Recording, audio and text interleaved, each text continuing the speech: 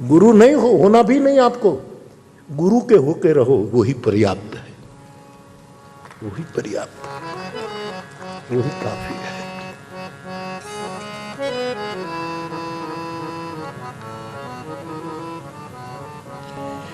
सत्य का आचरण, राम का सिमरन,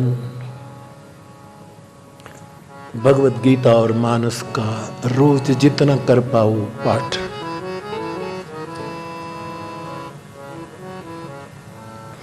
अहंकार से जागरूक रहना। चौथा, कभी भी किसी की निंदा और किसी से द्वेष नहीं करना। बहुत कठिन है, क्षुरस्य धारा है।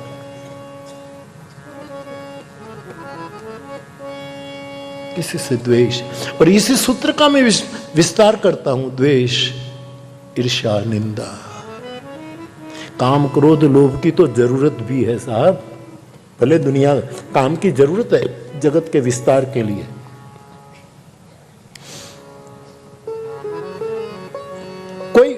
कोई अनियंत्रित न हो जाए, इसलिए थोड़ा डांटना भी जरूरी होता है। ये अच्छी चीज है ऐसा नहीं कहूं, लेकिन जरूरी भी है। और हम गृहस्थ है, भविष्य में हमारे परिवार को कोई तकलीफ न पड़े तो आदमी थोड़ा संग्रह करे, तो कोई बेईमानी नहीं है, प्रैक्टिकल होना चाहिए। काम, क्रोध, लोभ की तो थोड़ी अच्छे नहीं है, फिर भी जरूरत भी है। ईर्ष्या, निंदा और द्वेष की क्या जरूरत है? क्या जरूरत है? क्यों हम दूसरों की निंदा करें? क्यों हम दूसरों की ईर्ष्या करें? क्यों हम दूसरों से द्वेष करें? मेरे पास इतनी सालों से लोग सुन रहे, कहते बापू ये सब है, कोई किसी ने 500 कथा सुनी है, लेकिन फिर भी आत्मनिवेदन करते कि द्वेष नहीं जा रहा। मेरे कहने से न गया ना, तो एक काम करो, अपने अंदर जो सहज सद्गुण है ना, उसी को साबुन बनाओ और तुम्हारे सद्गुण के साबुन से तुम्हारे ही दुर्गुण को धोने लगो। दूसरे की जरूरत नहीं पड़ती।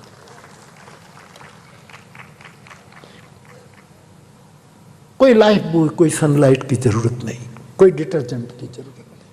हमारे में जो कुछ अच्छा है, इससे बुराई धो।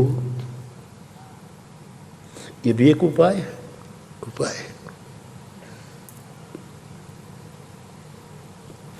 कभी किसी की निंदा, ईर्ष्या, द्वेष नहीं करना। 5वां शील, जितना हो सके बेटा संसार में मौन रहना। जब अवसर मिले चुप रहना, मौन रहना, और इस मौन में निरंतर किसी से अनुसंधान रखना। पूज्य स्वामी जी कल कह रहे थे, शाम को मिले पूज्यपाद स्वामी अरुण जी, कह रहे बाबू मैं 11:30-12 तक मौन रहता हूँ। जब तक मौन रहता हूँ ना, तब तक स्वर्ग में होता हूँ। फिर नीचे आकर आश्रम का काम करने लगता हूँ तो मुझे लगता है नरक में आ गया।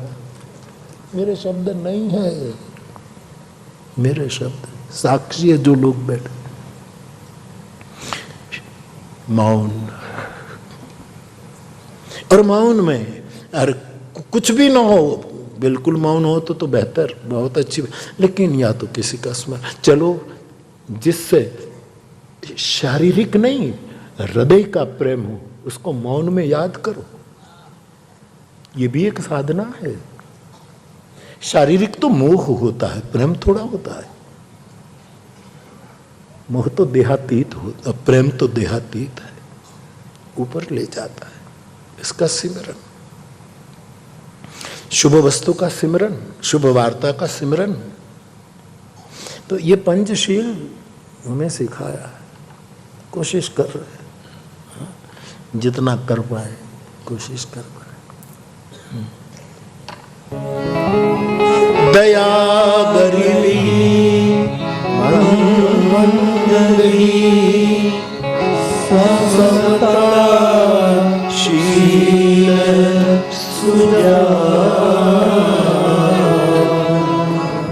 शील हो, कबीर साहब कहते हैं। बुद्ध ने पंचशील कहे, सबने कहे, मुझे तो ये पंचशील मिला गुरु कृपा से। और सुजान, सुजान मानी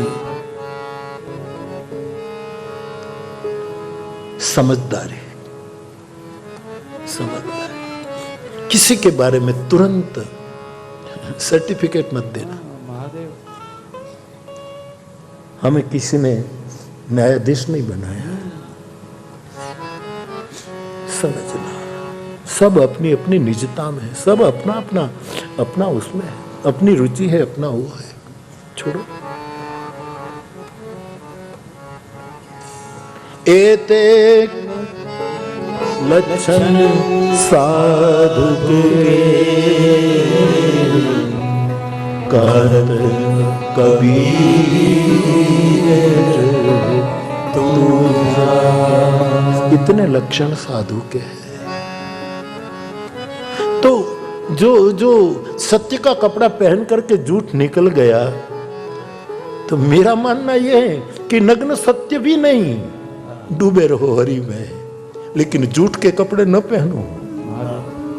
व्यवस्था तो थी, लोक मर्यादा भी जरूरी थी, सत्य को निकल कर झूठ के कपड़े पहन लेता। और जिसको दुनिया नग्न सत्य कहते, नको। मेरी दृष्टि में बड़ा साधु रहा होगा सत्य। तैरता रहे, मौज करे, हमें झूठ के कपड़े नहीं पहने। इतना हम सीख जाएं, मैं और आप, राम कथा से, मानस संन्यास से बीड़ा पार हो जाए। तो साधु की महिमा,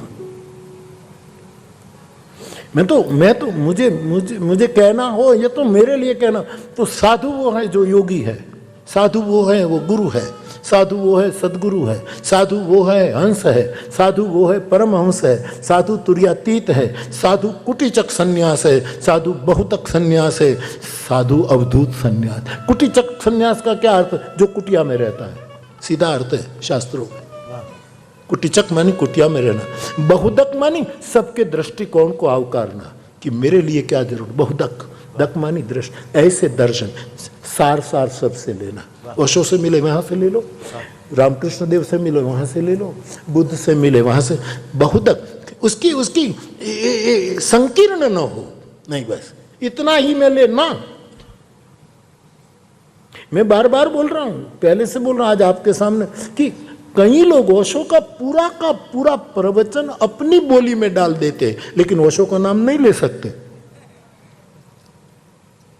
बेईमानी है। कई लोग तो शिविर की शिविर कर डालते, सब ओशो के ही बोलते हैं। हमारे पास मैं कई लोग जानता हूं, पकड़े जाते हैं।